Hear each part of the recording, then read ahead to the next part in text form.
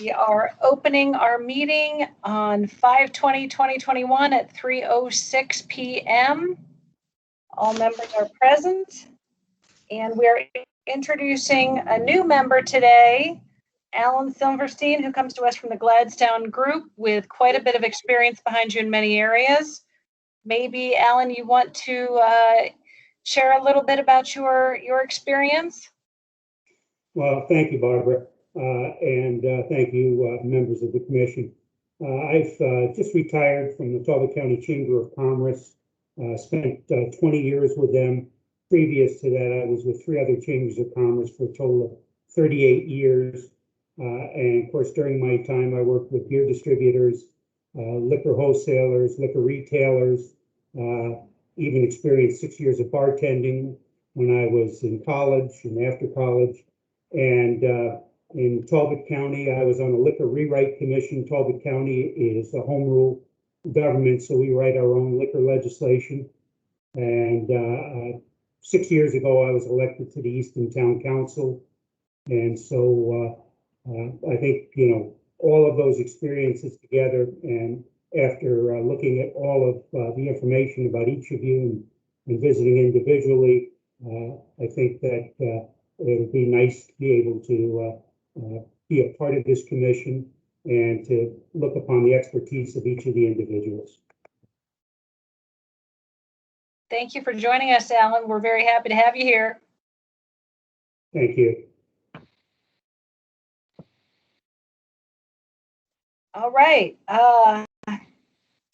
I'd like to move to approve the meeting minutes. So moved. Seconded.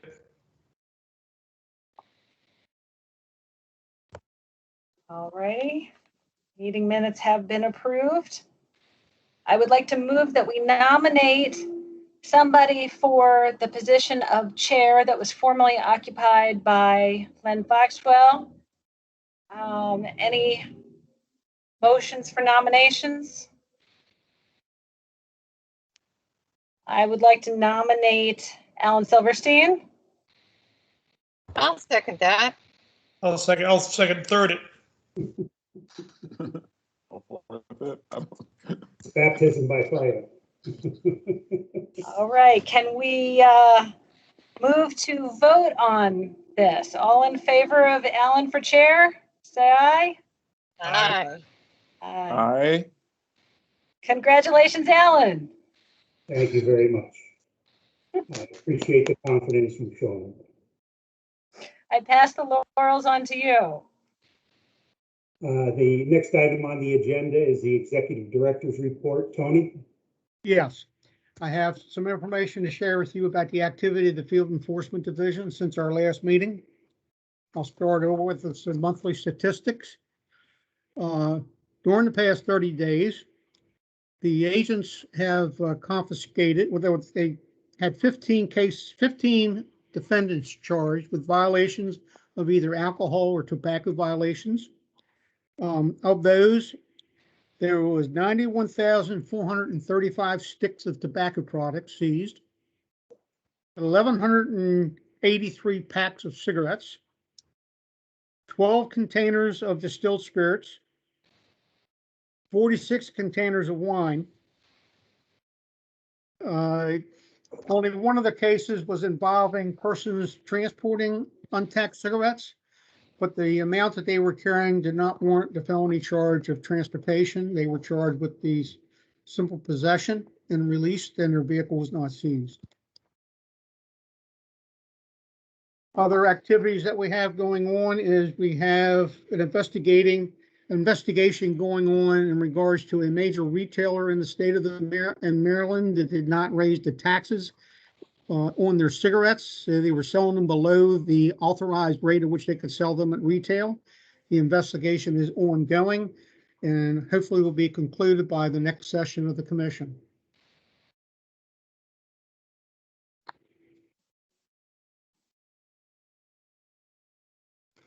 We have 2 pending hearings referred to the agency for sales of tobacco products to minors.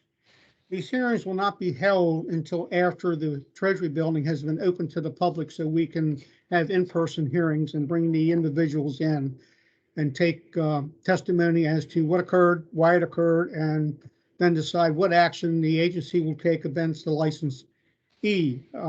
Actions that can be taken is no action by simply sending them a letter advising them they made a mistake, correct it, a letter of reprimand. Beyond that, then we get step to a level of suspending the licensee. On the first suspension, a retailer may be suspended from 5 to 20 days. If after that they are found in violation again and the hearing officer decides to suspend again, the minimum they can receive is 20 days and the maximum is 6 months. One other fact to know is that when dealing with sales to minors, the ATC cannot accept what's called an offer in compromise for a violation from a licensee when they're brought in. The law strictly prohibits that. We can only take administrative action against the license itself in that vein. So all other cases dealing with tobacco violations, we can do all, offers of compromise where the company would offer up a certain amount of money in lieu of having their license suspended. The other area I would like to get presented to you, and I'm going to bring in somebody who's the expert in ATC on this, is how we are proceeding with the renewals and licensees for the alcohol industry and tobacco industry with the new computer system that we have in place in support from the Comptroller's Office. I would like to introduce Andrew Walters. He is our on-site expert. He is the one who handles all the issues dealing with the technology and making sure this functions properly and the licensees get their renewals or get their licenses. Andrew? Good afternoon, everybody. With the governor's mandate coming to an end, June 30th, it's been a hectic time around here. We got a lot of documents to get out. So far, we've renewed roughly about 900 permits. We've got another roughly 1,600 licenses and permits in the tube for the next couple weeks. So it's going to be a busy time for us. And to this date, since we have fully integrated into the new tax system, we've got roughly over 1,000 new issued licenses and permits. So we've been working hard.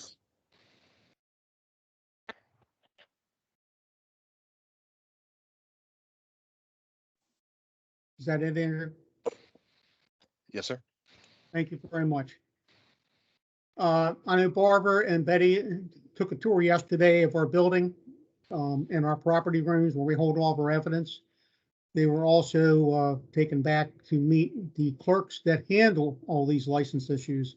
They can attest to the amount of work that these three individuals take care of back there. It's massive, and they do it excellent job in getting it out. Okay, that's the report that I have for you guys today.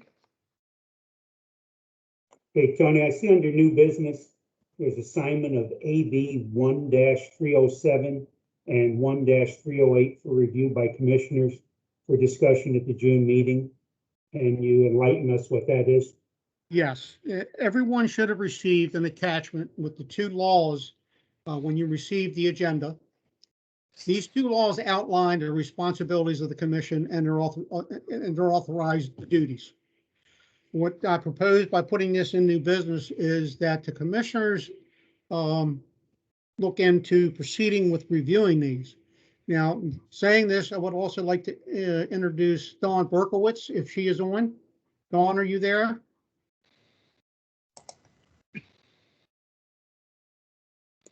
I knew she was in. Dawn's on mute. There we go. Yep. Okay. Yeah, Okay. I could get myself off Dawn- mute. I am here. Thanks, Tony. Yes, Dawn is with the Maryland Department of Health. She is my expert dealing with health issues, dealing with the issues that the commission will have to handle. She has offered her services to the commission to aid in whatever they need and present any facts that you need dealing with these issues that you're mandated to accomplish and fulfill, and the reports that are going to be mandated to be presented to the governor's office every year. So I'll let Dawn speak to what she has to offer, and we'll go from there. Go ahead, Dawn. Yeah, thanks, Tony. So I run the Center for Tobacco Prevention and Control at the Maryland Department of Health. So most of the tobacco control funding in the state flows through my office. We fund the local health department to do tobacco sales to minors, or now it's really underage because they're up to 21. Compliance checks throughout the state on licensed tobacco retailers. And Andrew, I'm guessing you were talking about alcohol, since the number of tobacco retailers is usually in the neighborhood of about 6,000 across the state. Go ahead. Yes, alcohol. Yeah. So we have the local health departments conduct compliance checks. We also conduct retailer education. We send materials to the retailers on the laws. We established a state website, No Tobacco Sales to Minors, that has training materials for retailers on how to check a license, how to refuse a sale. So really working in partnership and giving retailers training materials on how to follow the laws. There's also a quiz on there that retailers could take, or their clerks, so training materials there as well. We have certainly seen in the last several years a huge surge in the use of e-cigarettes or vapes or ENDS products. In Maryland, the official name by statute is ESDs, so electronic smoking devices. And over a year ago now, I guess about a year and a half ago now, the comptroller had put together the EFACTS task force to come up with recommendations on how to address this national epidemic of vaping among youth. So we conduct prevention campaigns, youth prevention campaigns through my office, but there was a pretty extensive list of recommendations that came from that EFACTS task force meeting. And looking at what Tony sent out recently as far as the requirements of the commission under powers and duties and best practices, there are certainly areas for collaboration and areas that can be addressed.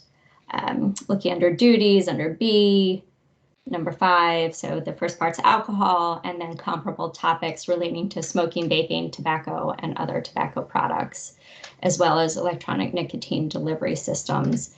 So, I don't know, Tony, if the EFACTS task force recommendations have been shared, a copy of that. I was talking to Kathy Hoke earlier from our Legal Resource Center for Public Health Policy, who I believe also is on the call, just about some areas where we think the commission does either have authority to address directly or can look into potential legislative areas to get things through. Great. So is that kind of what you were looking for, Tony? Yes, exactly what I'm Yeah. looking for. And going forward to June's meeting, I'll discuss with the commissioners and put out thoughts about how it should be addressed, which will appear in the next agenda. Great. Okay, and then, our collaboration too, since we do have the local health departments either directly or partnering with law enforcement to do compliance checks. When we do see multiple violations, then they get referred to Tony's shop, and that's what we heard at the beginning as far as sales of tobacco products to minors and those hearings and sanctions. Thank you. Thank you very much. Okay, the next agenda item we have is the commissioner's report on the ride-along and the tour of the ATC property rooms. Barbara, Betty, would you like to give us some insight?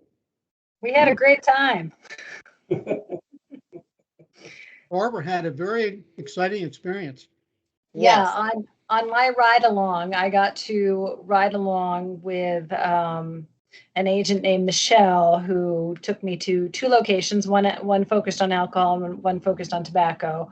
And at the tobacco shop, we ended up finding about $25,000 worth of material that we ended up confiscating. So it ended up being a very long day of collecting materials and learning all the different types of materials and the signs of how you tell if something is not what it should be, and different indicators out in the field, and getting joined by, I think it was another 5 Baltimore City police officers who helped us out, and really got a very full educational experience that day. Yes, mine wasn't quite as educational as yours because I didn't count sticks. But and having been in interesting neighborhoods in Prince George's County behind bulletproof glass, I truly felt I was back home in the hood. But it was still a lot of fun. And then I have to say, for the comptroller's office, seeing the actual confiscated materials in the basement of that building, you're right. You really can't appreciate it until you see it. And then, seeing where the actual work is getting done with the new electronic system, even if we as outsiders don't fully understand exactly the entire day's rollout of work, you do get more of that flavor when you go in and put your actual eyes on it and breathe the air in the environment and go, oh, okay, there's a lot going on here. And I felt, a much bigger appreciation having gone. So thank you for inviting us. You're absolutely welcome. And it's open to the rest of you. I look forward to the opportunity, probably another 3 weeks of getting down and visiting. Understand. Totally worthwhile. Eric, do you have anything you want to add? No, I think it's great. I definitely say you should do it. Okay, I see Eric and Robert both have their mics muted, so just checking to see if they had anything they wanted to add. If not, then I take a motion. No, sir. for adjournment. Thank you. I second the motion. I'm sorry, who made the motion? I'm going to take Robert as making the motion. I need a second. Second. Okay, Betty is the second. All those in favor signify by saying aye. Aye. Aye. Aye. Okay, Tony, anything else? No, sir. I will prepare an email for everybody for possible thoughts for the next agenda. And then put it out to you as soon as I can so you can research it. If you have any thoughts, suggestions, or ideas dealing with what you would like to see in the next agenda, please email me as soon as you can. Copy that. Will do. Thank very you. much. Thank you, all. sir. You'll have a great day. Congratulations. Okay, bye. Thank you. Congrats.